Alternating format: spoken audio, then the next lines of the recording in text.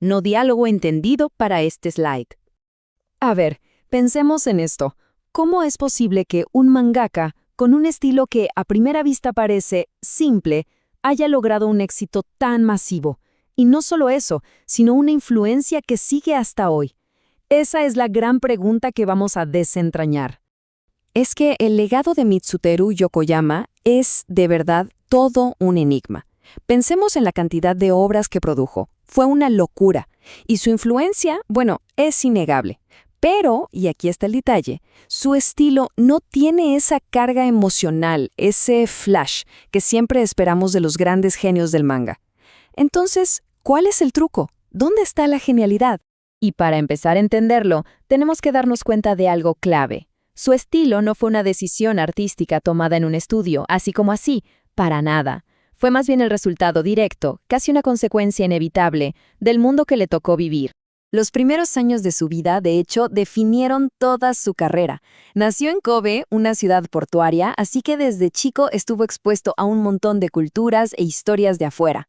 Pero el verdadero punto de quiebre fue el mercado del manga de alquiler, el famoso Kashihon.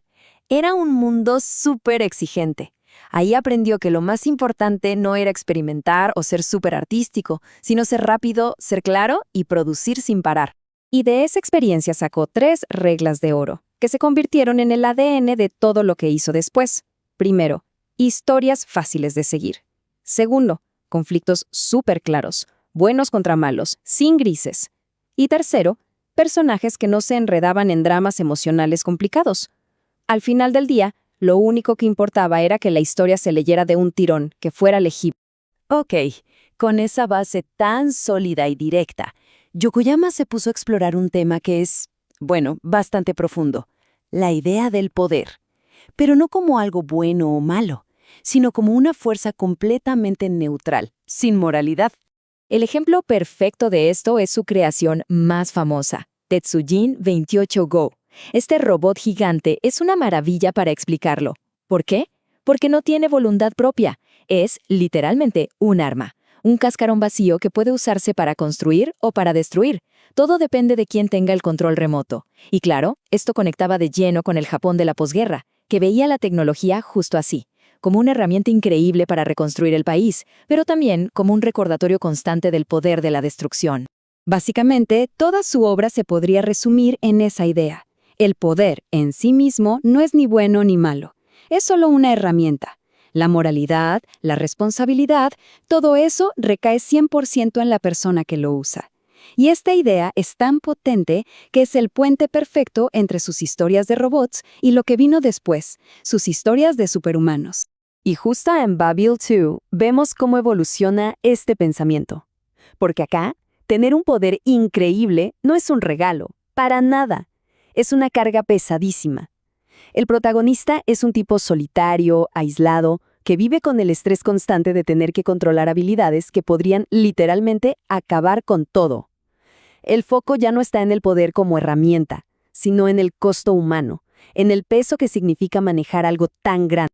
Después de esto, ya más avanzado en su carrera, Yokoyama hace algo que podría parecer un cambio radical.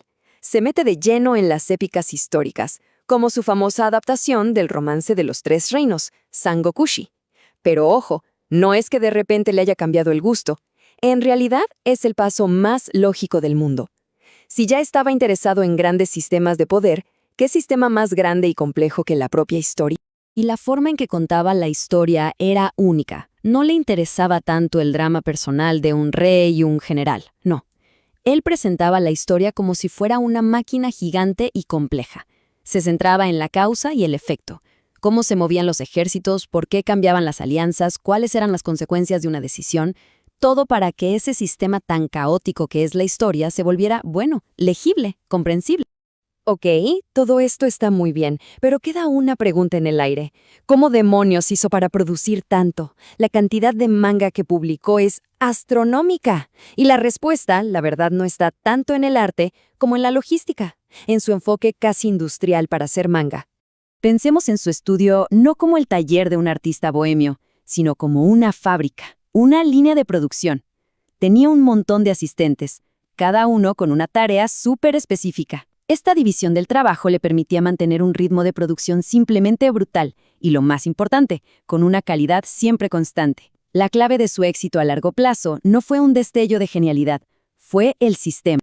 Entonces, para realmente poner en perspectiva su lugar en la historia del manga, es casi obligatorio compararlo con el otro gigante de su época, y al hacerlo queda clarísimo cuál fue su aporte único.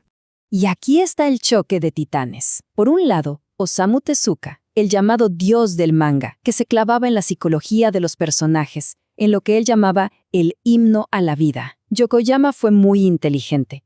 Nunca, jamás intentó competir con él en su cancha. ¿Qué hizo en cambio? Se especializó en algo totalmente distinto: la estructura, el posicionamiento, la lógica pura de causa y efecto. Básicamente, se inventó su propia liga y se coronó campeón. Así que al final, la conclusión es esta. El verdadero legado de Yokoyama no está en su estilo de dibujo, sino en su arquitectura, en cómo construía sus historias. Lo que los mangakas de hoy heredan de él no son sus personajes, sino sus planos, sus técnicas para construir narrativas que son claras, lógicas y, sobre todo, a prueba de balas, inquebrantables. Y esto nos lleva a una última reflexión, ¿no? En este mundo en el que todo el contenido busca conmovernos, gritarnos, apelar a la emoción constantemente, ¿será que el enfoque de Yokoyama, tan racional, tan estructural, es en realidad lo más radical que se puede hacer hoy? Quizás el valor de una historia que simplemente es clara, que se entiende a la perfección, es más importante que nunca.